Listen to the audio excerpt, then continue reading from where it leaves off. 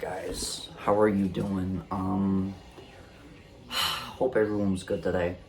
If you guys did not see the news a few hours ago, it is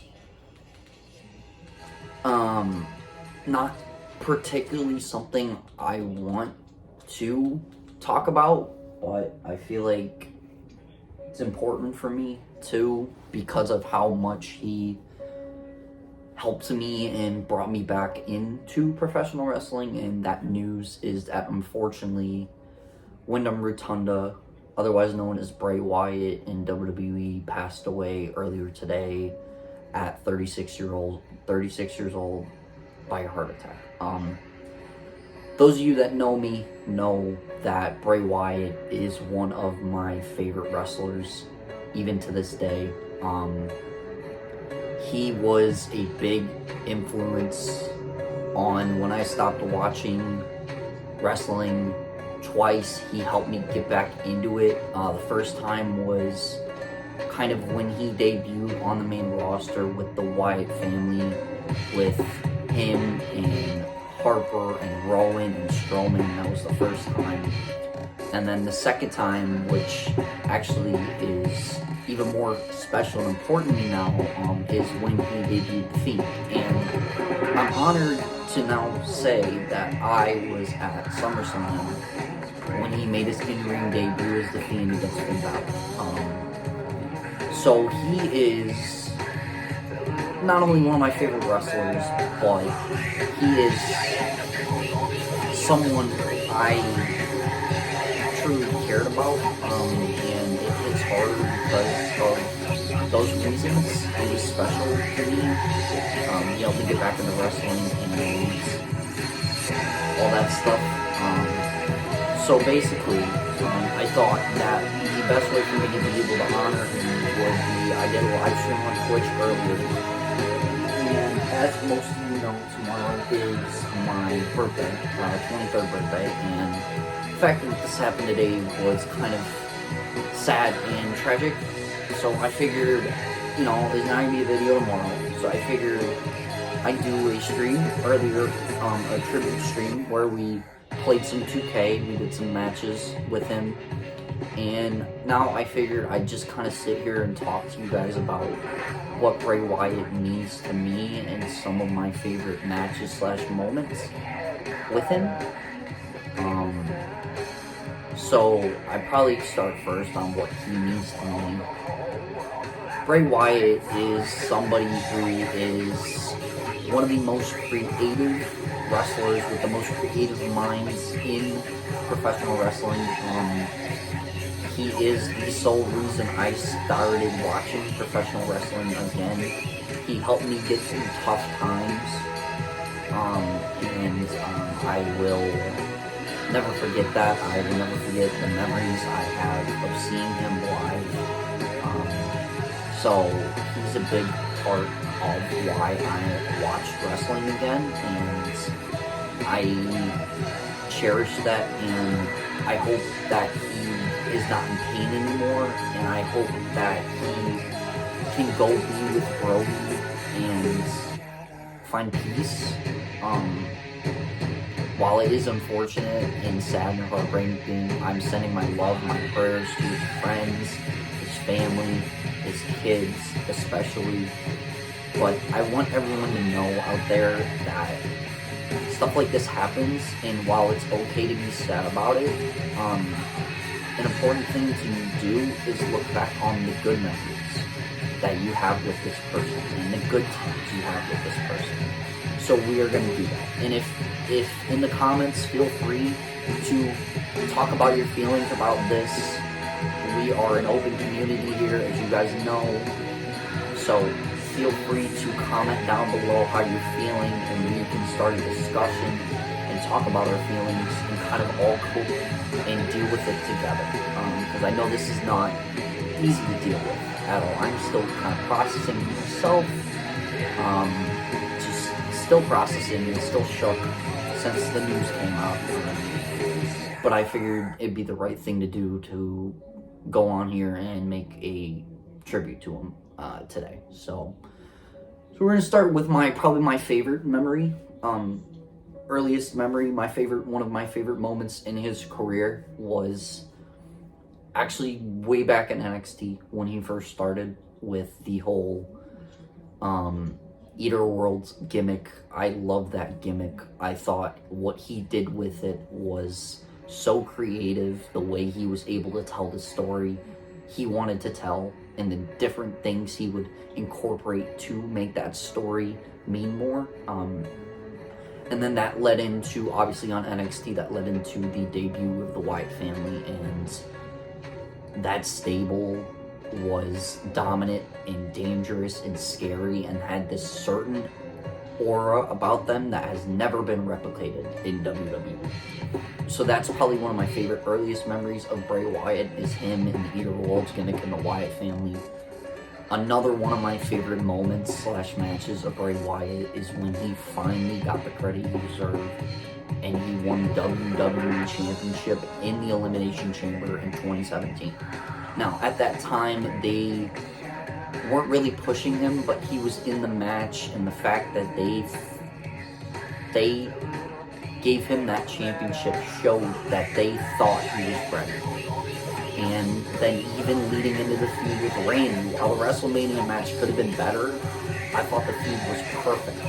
You know, Randy joined the Wyatt family, he won the titles with Bray, the tag titles, and then Bray and Randy told this great story about Bray infiltrating the Wyatt family and then betraying the Wyatt family, setting the Wyatt compound on fire, and all that stuff, and setting the chair Wyatt sits on fire that Sister Abigail used to sit in.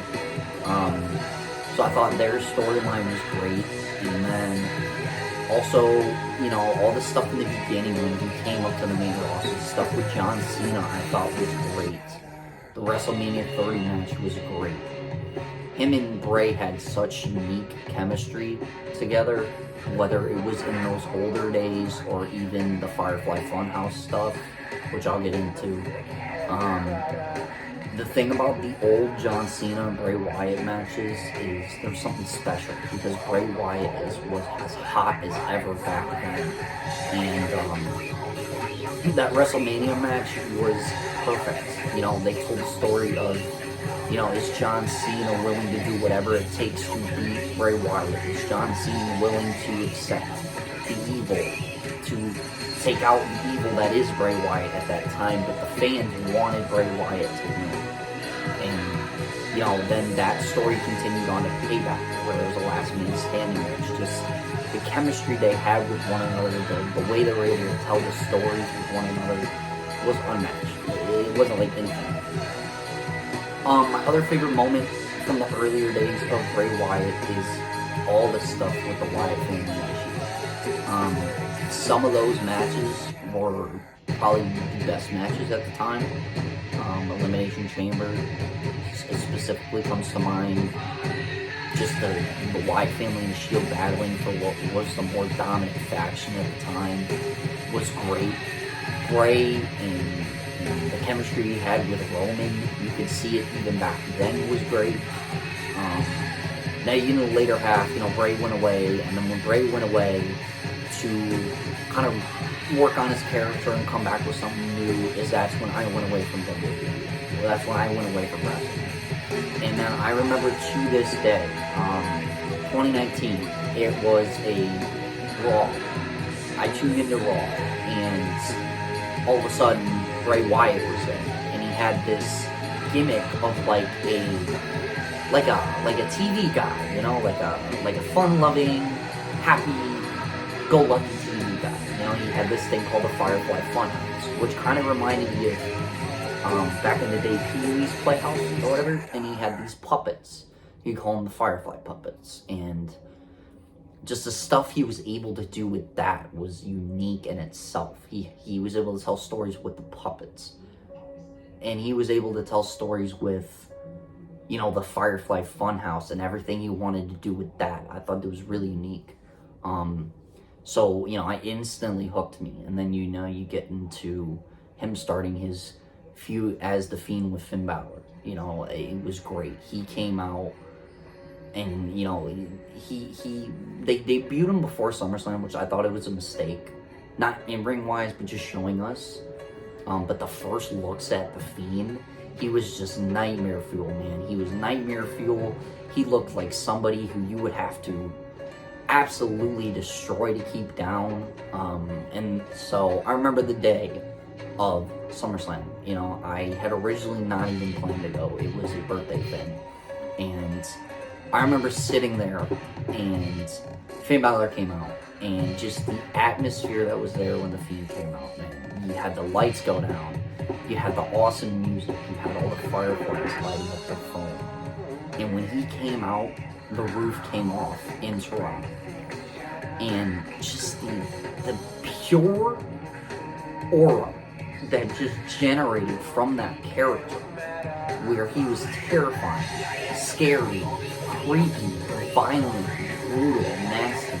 He was someone you did not want to get in the ring with. He knew how to play money games as well. The match with Finn Balor was great. Awesome debut for The Fiend. And as you know, after that, we had The Fiend's run on the main roster. You know, The Fiend winning the Universal title, I thought was good. I wish WWE would have booked it better after. The stuff with Seth and Hell in a Cell was not good. But, you know, there were certain things in that run that were pretty decent. When he went over to Friday night, he had some good feuds for the title. Braun Strowman comes to mind. The stuff with the Wyatt family, bringing that back up, telling that in the feud, I thought was great. And then, you know, that run of his career, The Fiend was great. I just wish when he had the title, he was booked better. So there's only a few moments in that run I like. And now you go to where Bray Wyatt goes away for another long time, right? And all of a sudden we get this campaign called the White Rabbit, right? Every week there's QR codes and hints and teases for the White Rabbit, like find the White Rabbit, right? I remember after every episode of Monday and Friday nights, Monday Night Raw and Friday Night SmackDown, I would be going on the hunt, looking for clues, looking for hints, looking for the White Rabbit, and stuff like that, right? And so, you know, we get, flash forward, we get to Extreme Rules, and Bray Wyatt is back. You know, the White Rabbit was Bray Wyatt, and I still remember this to this day, man. When he, well, first, the way they introduced him was pretty freaking sick, right? So they had the Firefly puppets. They had like little spotlights on them all, right? And then they had a door, right? Because he would be teasing like a door or whatever, you know? And then there's the door, and there's a light underneath the door. The door opens, you get Shatter by Code Orange, which was a perfect theme for his return. And then, you know, you get that theme, you get Bray walking out with a new mask, like a new version of his character, which was perfect. That debut was perfect, that return was perfect. The atmosphere there, and he seemed so happy and thrilled to be back in front of WWE fans.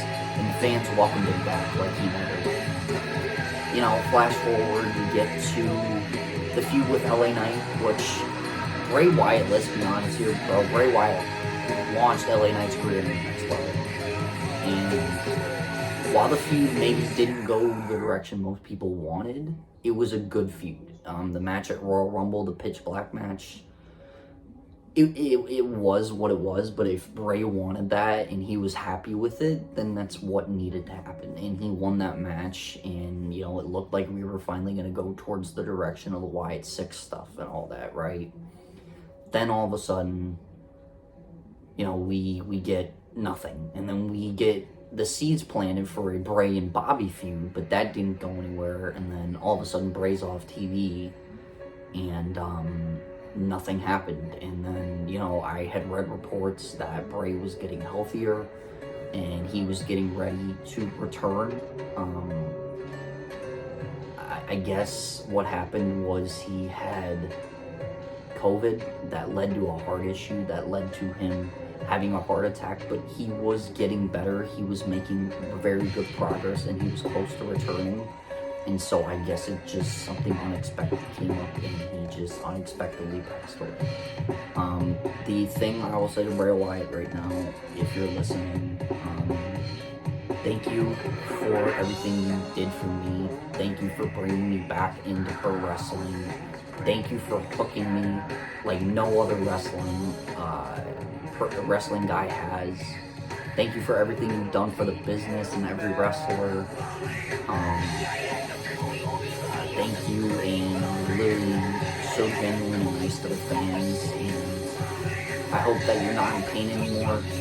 And I hope that you're running dream matches of third party in heaven. Rest in peace, Bray Wyatt. You will forever be cherished, loved, and missed. And especially for me, thank you for everything you did for me, and thank you for getting me back into pro wrestling and everything you gave to all your fans. We forever be grateful for you. So, as much as this pains me, it's time to say a final goodbye. Rest in peace, Bray Wyatt. Forever loved, cherished, and missed. And your legacy will always live on. Thank you guys. I know this was not easy, but like I said, if you guys are still processing this like I am, please talk in the comments. This is an open community, and we can cope and process it together. Love you guys as always. Thank you.